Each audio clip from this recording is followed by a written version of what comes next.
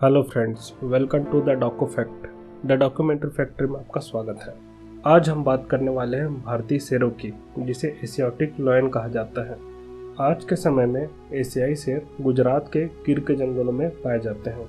Iran ने भारत से कभी भारतीय शेरों की डिमांड रखी थी, जिसे भारत ने मना कर दिया। पर रोचक बात यह है कि जब भारत ने ईरान से एशियाई चीते की डिमांड की, तब ईरान ने एशियाई चीता देने से मना कर दिया था। और अब यही बात भारतीय राज्यों पर भी लागू होती है। कई भारतीय राज्य जैसे कि मध्य प्रदेश और उत्तर प्रदेश गुजरात सरकार से लगातार एशियाई शेरों की डिमांड कर रहे थे, जिसे सुप्रीम कोर्ट के ऑर्डर के बाद उत्तर प्रदेश सरकार को कुछ शेर दिया गया। और जब हम मध्य प्रदेश की बात करें तो केंद्र सरकार के योजनाओं के बाद भी अभी तक मध्य प्रदेश सरकार को एशियाई शेर नहीं मिले हैं। मध्य प्रदेश सरकार ने एशियाई शेरों को बसाने के लिए कुनो पालपुर अभयारण्य को चिन्हित भी कर लिया था, लेकिन गुजरात सरकार के स्लो एक्शन के कारण ये योजना अभी तक सफल नहीं हो पाई है। चलिए अब आपको एक्सप्लेन करता हूँ ये देश और राज्य जानवरों की मांग क्यों करते हैं और बाकी देश और राज्य जानवरों के आदान प्रदान करने से क्यों बच रहे हैं। शुरुआत करते हैं भारतीय शेर या एशियाई शेरों से।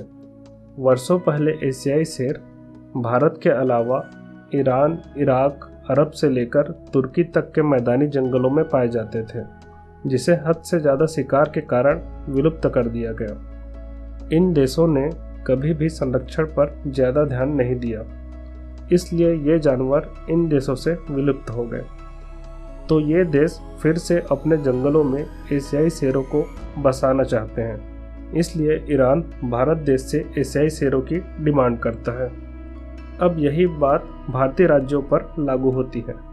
रियासत काल और उससे भी पहले शिकार के रिकॉर्ड से पता चलता है कि किसी ज़माने में एशियाई शेर पूरे उत्तर भारत में पाए जाते थे, जैसे कि बंगाल में गंगा नदी के तटवर्ती क्षेत्रों में और मध्य प्रदेश के मैदानी इलाकों और नर्मदा नदी के तटवर्ती क्षेत्रों में। सुदूर उत्तर पश्चिम में पंजाब के मैदानी भूभाग में शेरों का इलाका हुआ करता था। यही वजह है कि भारत के कुछ राज्य अपने जंगलों में शेरों को वापस बसाना चाहते हैं। तो क्या कारण है कि भारत देश दूसरे देशों को एशियाई शेर नहीं देना चाहता है? तो इसका जवाब है, कोई भी सरकार कभी भी डायरेक्टली रीज़न नहीं बताती है, पर कयास लगाए जाते हैं कि मोनोपोली या व्यापारिक एकाधिकार के लिए ये देश या राज्य दूसरे देशों को जानवर नहीं देना चाहते हैं। व्यापारिक एकाधिकार ही वह वजह है जिसके कारण अभी तक एशियाई शेर मध्य प्रदेश में ट्रांसफ़र नहीं हो पाया है। तो भारत चीतों को वापस लाने के लिए क्या कर रहा है? यहाँ मैं आपको बताना चाहूँगा कि हम चीतों की बात कर रहे हैं जो भारत से विलुप्त हो चुके हैं। भारत में ज़्यादातर लोग तेंदुआ या लेपर्ड को ही चीता कहते हैं, लेकिन चीते और तेंदुए में बहुत ही ज़्यादा फर्क है। एशियाई चीते भारत से सन 1940 से लेकर 1950 के बीच में ख़त्म हो गए थे। जब भारत ने ईरान से चीतों की डिमांड की, तब ईरान ने मना कर दिया था। तब भारत देश ने ईरान से चीतों के किसी अंग की मांग की, जिससे भारत उस चीते का क्लोन बना सकता था। ईरान ने तब भी मना कर दिया। फिलहाल भारत सरकार की योजना है कि भारत देश में अफ्रीकी चीतों को लाकर बसाया जाएगा। इस योजना पर कुछ समय पहले कोर्ट ने रोक लगा दिया था, पर अब इस योजना को मंजूरी मिल चुकी है। देश के वैज्ञानिकों का मानना है कि अफ्रीकी और एशियाई चीतों में ज़्यादा फर्क नहीं है, इसलिए अफ्रीकी चीतों को भारत में बसाया जा सकता है। लेकिन साइंटिफिक फैक्ट कुछ भी हो, अफ्रीकी चीते ब्लड लाइन में भारतीय चीतों से बहुत दूर है। और जब बात करें ईरान के चीतों की, वह ब्लड लाइन में भारत के चीतों के करीबी रिश्तेदार हैं। तो इस तरह भारत ने अपने यहाँ चीतों की व्यवस्था कर ली। अब देखते हैं ईरान ने एशियाई शेर पाने के लिए क्या किया। ईरान के तेहरान जूलॉजिकल गार्डन ने यूरोपियन एसोसिएशन ऑफ जू से संपर्क किया। तब जू एसोसिएशन ने एशियाई शेरों का जोड़ा देने का वादा किया, लेकिन अमेरिका द्वारा लगाए गए सैंक्शंस की वजह से ईरान को सिर्फ एक शेर मिल पाया, वह भी जू में बंद है। प्राकृतिक रूप से ईरान में अभी तक शेर नहीं है। दोस्तों, जब हम इंसानों ने शहर और गांव नहीं बसाया था, तब यहाँ चारों ओर जंगल ही जंगल थे।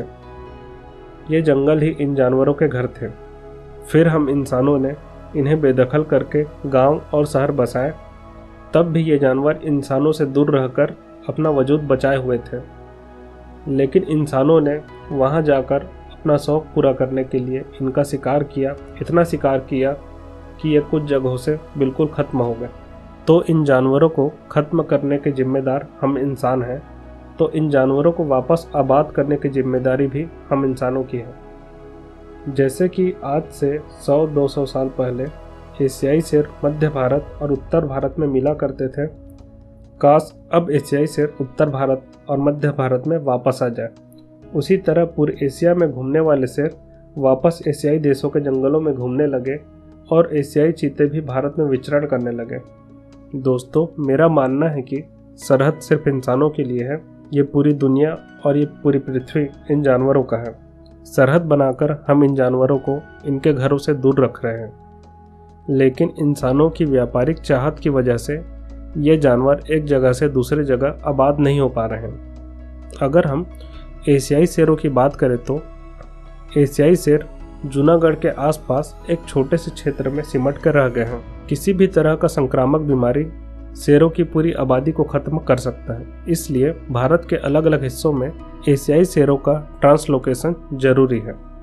तो दोस्तों, आप बताएं, इन जानवरों को इनके पुराने इलाकों में छोड़ा जाना चाहिए या नहीं?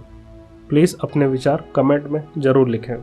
तो वीडियो अच्छी लगी हो तो लाइक और शेयर करें और सब्सक्राइब करना ना भूलें। आपके सब्सक्राइब करने से ही हमारा हौसला बढ़ता है और हम आपके लिए इस तरह के वीडियो लाते रहेंगे। धन्यवाद।